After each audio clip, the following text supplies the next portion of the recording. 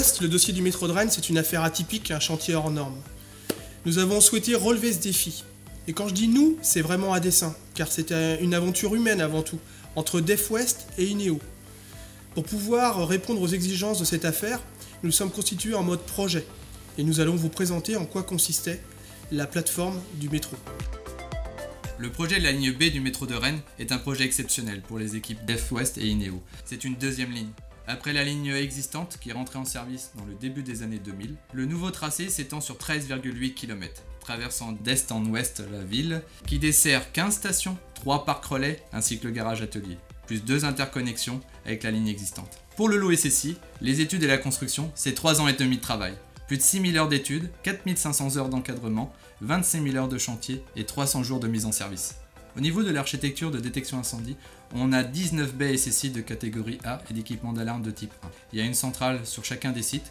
Le tout est liaisonné par une fibre optique dédiée au SSI. Et il y a une fibre optique pour le réseau de CS, une fibre optique pour le réseau de CMSI.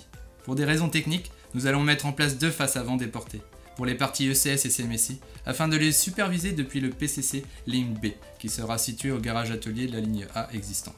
Le système de détection incendie DEF communique via son serveur OPC avec le poste SCADA Siemens afin de remonter des informations de synthèse d'alarme par zone de détection. Il s'agit des zones de quais, locaux, techniques, via un protocole OPC UA. C'est l'équipe SSI Soft appartenant au réseau DEF qui travaille sur la couche logicielle afin d'échanger les informations avec le poste SCADA de chez Siemens. Sur les 19 sites, 15 stations, 3 parcs relais et un garage atelier, c'est plus de 2400 détecteurs DEF, 300 asservissements. Chaque centrale est reliée à notre système de supervision VisioDEF 3D.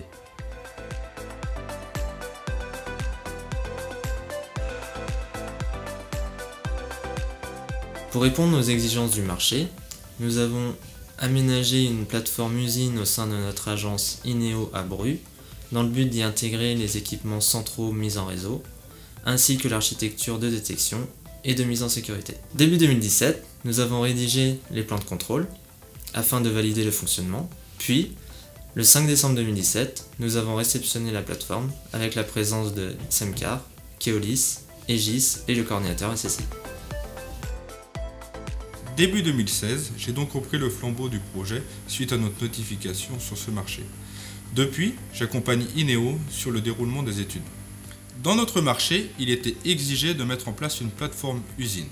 C'est ainsi qu'en 2017, nous avons débuté la production de ces baies dans nos ateliers Def West à Orvaux et j'ai réalisé la mise en service de ces installations en fin d'année et l'ensemble a été réceptionné avec succès en décembre. Nous avons donc mis en œuvre l'intégralité de nos systèmes protégeant à terme la ligne B du métro sur cette plateforme, ce qui nous a permis de valider l'architecture globale de notre réseau. On a choisi le groupement IneoDef parce que c'était le groupement qui, à nos yeux, rassemblait donc toutes les compétences qu'on avait besoin pour gérer ce marché de sécurité incendie pour le métro de la ligne B. Donc à la fois un intégrateur avec un bureau d'études solide, puisqu'il y a un haut niveau de qualité qui est exigé, y compris pour des marchés d'équipement. Et on a choisi donc le partenaire DEF qui amenait également toute son expertise et usine produits dont on avait besoin.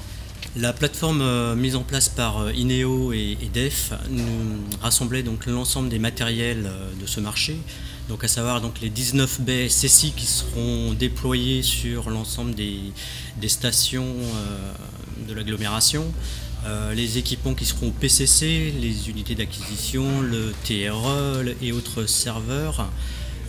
Au final, donc, cette plateforme nous a permis de valider l'ensemble des études d'exécution qui permettent de lancer les déploiements des premiers matériels. C'était la plateforme, première partie du dossier qui va se poursuivre sur le terrain avec le déploiement en station. Et nous vous donnons rendez-vous très prochainement. À bientôt.